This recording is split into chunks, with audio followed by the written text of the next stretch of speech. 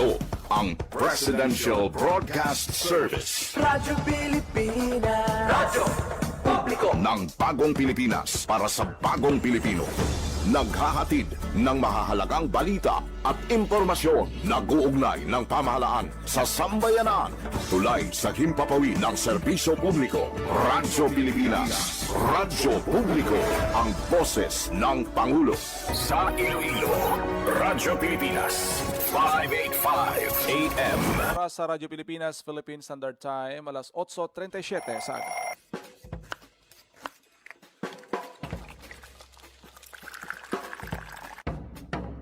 Aga sa Iloilo.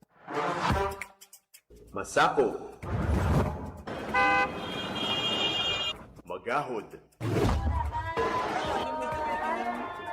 Mapagsik. Panibagong adlaw pagkatapos ng paghuway sang gabi antes. Bag-o nga paglaom. Isa naman kapag himakas sa matahong nga palaabuton.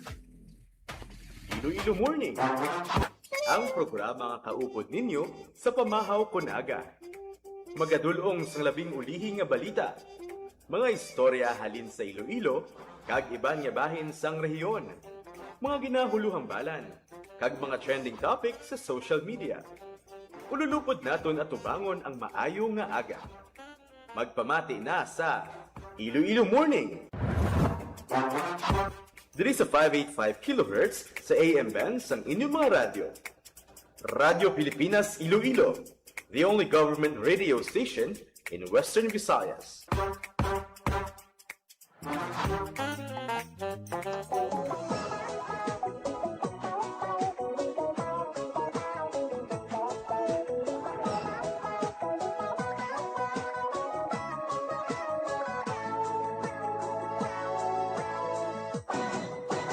Ayong aga Pilipinas, good morning liwat Western Visayas. Welcome sa Iloilo Morning Program. Subong adlaw sang Biyernes, Agosto 21 na kita tuig 2026.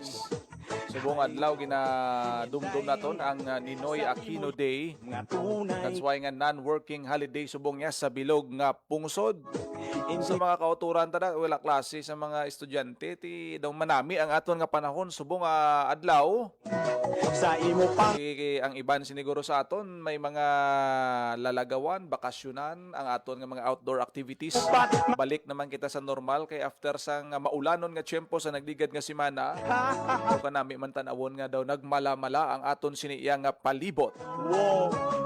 Sino ang hindi malipat sang nagbaha-baha sa pila ka mga barangay diri sa Iloilo City? imo tatay. Sang nagliligad nga inadlaw Lunes gidto kag Martes kung hindi kita magsala ang pila ka mga bulutuan, ang pila ka mga kabanwahanan nagdeklara sang suspension of classes. Mo nanay. Dire ka lang estar sa Kag ang pila ka barangay sa syudad sang Iloilo ang ginbaha nga sa datos sang CDR-RMO do naglabot sa masobra 60 out of 180 barangay sa Iloilo City ang naka-eksperyensya sang pagbaha. Ano ang rason sang baha ang imong nga nga na-eksperyensyahan sa Iloilo City sang nagdigad nga August 17?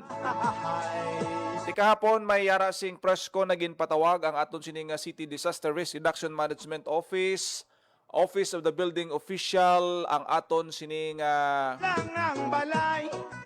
Basta wala Senro, ay GSO o General Services Office para nga ipabalo sa pumuluyo sa kung ano ang mga nangin findings nila kung nga nagbaha sang amuto ka dalom sa pila ka barangay sa syudad sang Iloilo. ay. Ipalayag naton karon ng aton sining interview kay Sir Darwin Jomel Papa, ang head sang Disaster Response Division sang City Disaster Risk Reduction Management Office upod kay Engineer Neil Ravena sa ila sini nga mga nangin observation Gali na sang nagluntad nga baha sa nagligad nga semana. Bawti kung magbaskog ulan daan daw automatic na ning pagbaha-baha sa pila naton ka mga lugar. Tidang nagligad yang Martes sang gabi, kung Lunes sang gabi ito, tumalagsahon nga ulan ang naeksperyensyahan diri sa may syudad sang Iloilo. Abi mo, pila ang records ng CDR-RMO Suno sa CDRRMO nga amo adto ang pinaka dako nga rainfall volume nga na-record sang City Disaster Risk Reduction Management Office sa ila siniya nga mga device nga naga-monitor sang rain volume sa syudad sang Iloilo. Kay nga naglabot sa 197 millimeter ang ginbubo nga ulan diri sa may Iloilo City. Tiini suno sa aton sini nga City Disaster Risk Reduction Management Office ang 197 mm nga volume kuan na siya average rainfall ina siya sa sulod sang isa ka bulan. Pero nagtupa siya in a span of 6 hours. Gid lamang ha sadtong August 17 sang gabi nagsugod alas 8. Katulog sang dugo. Kaya makon mo nga ang amount of rainfall in 1 month ibubo sa sulod sang 6 ka oras. Dughan ko Epekto niya ang aton nga drainage punga-punga, ang aton sini nga mga waterways punga-punga ay kay hindi maka-accommodate sang dako nga volume sang tubig. Kuan pa to ha, ang mga kabanwahanan naton hindi to ya tama kadamol sang ulan ha. Diri lang to sa Iloilo City. na ang dughan ko. Kay ang gauge naton niya ang mga rivers naton nga ginamonitor kung magbaskog ulan sa kabukiran, halimbawa 2nd to 3rd district, makitaan mo na sa Aganan River, Tigom River, ang pagsaka sang tubig. Pero during that time, gamay ang tubig ang halin sa may kabukiran, kag puro lang gidya ang concentration sang ulan, suno sa CDRRMO, isyara sa Iloilo City. Nanay. Amotong rason kung nga ang mga sanguna wala malabot, nalabot gid Kay ti santo sa findings na diskubrihan nga problema gyapon naton Sa imo ang aton nga drainage nga iban wala nagaalangot. Ang patarasak nga paghaboy sang basura kag ang presensya malapor sang mga informal settlers ara gyapon sa mga waterways butsilingon sa kilid sang suba ang iban gani edo matabok na gid sa suba kag mga creek. Kay kulang sa regulation ambot kung ginasaway man na sila sa mga barangay officials o kung pagustuhan ay bugsok na. basta E siyempre kung mayara sing residential areas, mayara sing naga-star, may informal settler sa kilid sang waterways, didiin pa na abi maula sang basura, sang ilang nga mga plastic, ang ilang nga mga higko da. Siyempre, ang ibanda, mag-ubra ka sang pundasyon sang balay or kamalig mo sa kilid sang waterways, no? Halimbawa, Dungon Creek. Di siyempre, butangan mo na sang tampukan mo na sang duta, para papag-unon ng imo nga pundasyon, di pag-abot sang mabaskog nga ulan, pagbaha, at nagabara ang aton sini nga mga pumuluyo. That's why nga damo sang affected kay galing kay medyo do nagakipot ang aton sini nga waterways kung mag bubo ang mabaskog nga ulan sa Iloilo City. Ipabati ba na naton ang kabahin sang pagpaathag ni Disaster Response Division Head Mr. Darwin Jomel Papa sa ila siniya nga nangin monitoring sining nagapalang lapaw nga rainfall volume nga na-experiensyahan sa Iloilo City sadtong August 17 sang gabi. Si Sir Darwin Jomel Papa ang Division Chief sang Disaster Response sang CDRRMO. Thunderstorm. And ang bumito ka na po ang volume na lang niya. Pero sir, if you can recall, ano ang so far highest Philippine vegetation. Have reverts from Takas and Pabilla. And supposed to be some kami adlaw start ni what, but ang problema na ang releasing sa PPEs for the workers kay we need Thunderstorm. And ang bumito ka na po ang volume na lang niya. Pero sir, if you can recall, ano ang so far ang highest or pinaka ano nga na-record kung sa Iloilo City na wala sang bagyo, thunderstorm na Monsoon. During monsoon, puro pareho. So may wala siya naman. 200 plus. 200 plus, but that was for 24 hours. That was for 24 hours. 200 plus kita for 24 hours. Pero subong 6 hours lang. 6 hours lang almost na-hit na ang for the 24 hours na and I think last year nagbaha na siya but hindi the same extent sa subong and last year, I know it lasted ang iyang ang term naman niya ginagamit is rainstorm niya. It lasted for roughly around 7 hours nga sige-sige ang pagtupa, wala contact lawin. But it only reported a total of 200 plus for the whole day. Pero subong niya, in the 6 hours, we recorded around more than 190 millimeter. Nabatian si Sir Darwin Jomel Papa, ang head sa Disaster Response Division sang aton siniyang CD RRMC. Nga tiksuno sa ila, ang 197 mm tumalagsahon ini nga kabaskugon sang ulan nga na-record sang CDRRMO. Mayara silang na-record sa una 200 plus man. Pero kuan sa iyan ang sobra sa iya, isa iya kaadlaw nga pag-monitor sang ulan, lawig ang ulan. Tining 197 6 hours lang. Ang 200 mm sang una, isa kaadlaw gid. Gatulo ang laway. Hindi makatulog. Hamakon mo na nga nga pagbag-usubong ang climate change tama ka evident na gid man ang mga manifestation nga aton maexperyensyahan kag hindi na kita matingala sini kay 2025 pa lang ang pag-asa ta sige-sige gid ang ilang pag-forecast nga mayara kita sang maexperyensyahan nga pagbaskog sang ulan kun La Nina kag tuma naman ka init nga panyempo kun El Nino. Isubong mabatyagan nato ni kay ginagabaskog ang ulan, batian nyo na sa inyo atop nga daw garagaak lang na bla. Daw ginabubo nga katunog-tunog nga daw kibuton niya ka kung gatulog ka. Amo na nga kabaskogon plus may hangin pag kita nga gina-consider man no sa mga nagapanglaya nagalayag sa aton siniya nga mga kadagatan, mga nagabiyahe bala. Island to island.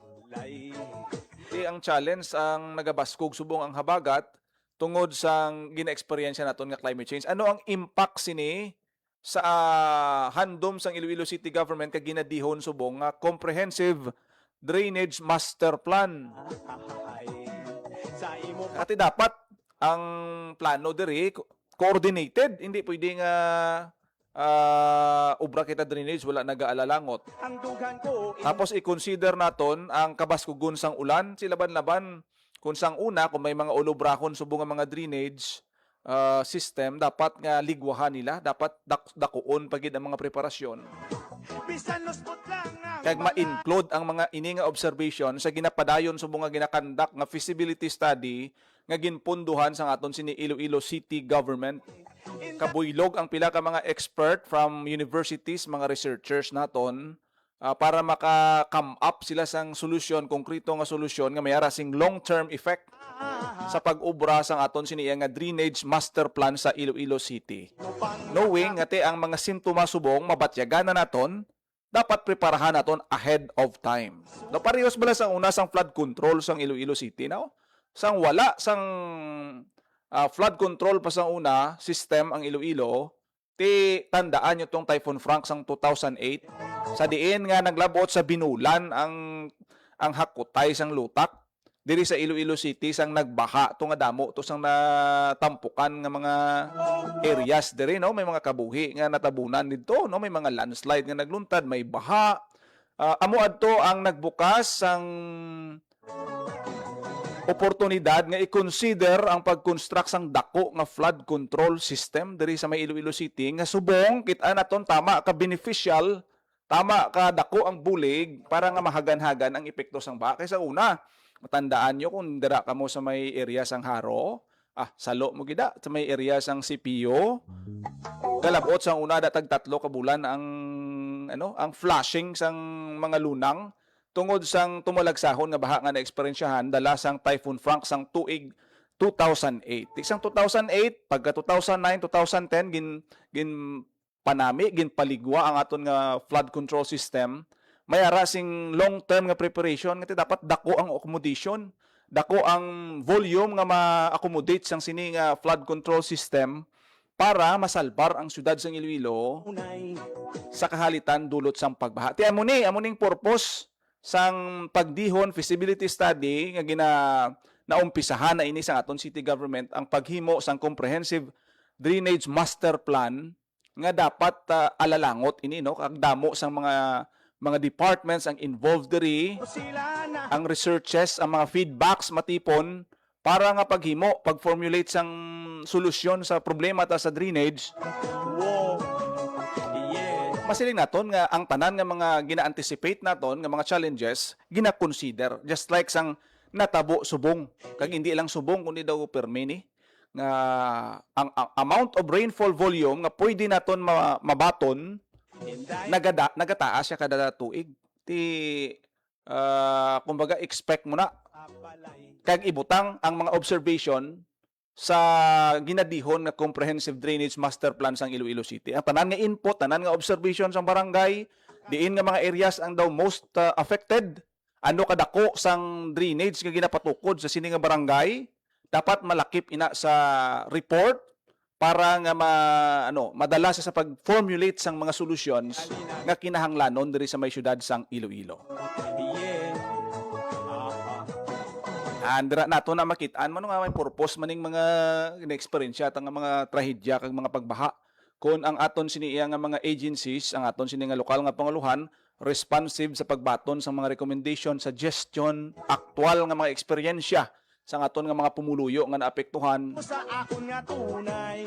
Kundi kinaga-look forward kita nga in the years to come, wala ta kabalo no kung ano ang possible pagid mga dalagko nga epekto sang climate change sa pagbaha diri sa may syudad sang Iloilo. At least mapahagan-hagan manging konkreto ang pagpangita sang solusyon. Oras sa Radyo Pilipinas, Philippine Standard Time, alas 8:54 sa aga diri sa aton sini nga pagpangalagad. Wala na kita sang tiyempo diri sa aton sini nga programa. Ang iba naton nga mga balita, bantayan nyo na lang sa aton siniya nga Facebook page diri sa Radyo Pilipinas sa Iloilo. Salamat gid sa aton siniya nga mga nagaupod no sa aton siniya nga programa sa aton nga Facebook Live subong nga aga. Enjoy gid kamo sa holiday subong nga i-spend time sa pahuway. May mga outdoor activities ti patok gini kay mayong chimpota halong sa init. Maginom sang madamong nga tubig kay mo na siling naton. Kung ulan gani perti man kabaskog, kung mag-init batyagan nyo man na. Nga daw halos nga daw nagalusot sa imo sini nga panit ang kapaang mabatyagan mo gid subong iya nga season, hindi lang sa una masiling February to March, April, May, dala lang kuya kabatyag sang grabe nga heat index. Subong ya manotice mo nga daw normal na lang ni. Ang kainiton sang aton sini iya nga panahon. Oras alas 8:56 na sa aga. Ako naging lamang inyo alagad kada aga. Junel Baclay. Mayong aga Pilipinas. God bless Iloilo. Radyo Pilipinas. Radyo Publiko. Radyo Pilipinas. Ang inyong tulay sa himpapawid ng serbisyo publiko. Ang Presidential Broadcast Service, Radyo Pilipinas, Radyo Publiko. Radyo Pilipinas. Radyo Publiko. Kinilala ng pang-international at prestigyosong Asia Pacific Broadcasting Plus Awards 2025 para sa kategorya ng Government Streaming. Ito ay dahil sa epektibo nitong pagsasanib ng mga tradisyonal na media tulad ng telebisyon, radyo at print para masabayan ang mabilis na pag-inog ng mundo ng digital at social media tungo sa mas epektibong paghahatid ng mahahalaga at napapanahong mga impormasyon sa mamamayang Pilipino. Kinilala rin ang Radyo Pilipinas dahil sa patuloy na pag-akyat ng rating. Ngayon ay matatag sa pang-4 na pwesto sa Mega Manila ayon sa pinakahuling Nielsen Radio Audience Measurement Survey. At sa social media, nakamit ang mahigit 2,000% pagtaas ng bilang ng mga sumusubaybay sa Radyo Pilipinas page sa unang bahagi ng 2025. Patunay ito na ang inyong Radyo Pilipinas Radyo Publiko ay tunay na kaagapay ng inyong pamahalaan sa paghahatid ng serbisyo sa mga mamamayang Pilipino. Mula sa aming lahat, sa ngalan ng inyong pamunuan at mga kawani ng Presidential Broadcast Service, kasama ang inyong mga himpilan ng Radyo Pilipinas sa buong kapuluan. Maraming salamat po sa inyong lahat, sa inyong pagtangkilik at pagkilala. Radyo Pilipinas. Radyo Publiko.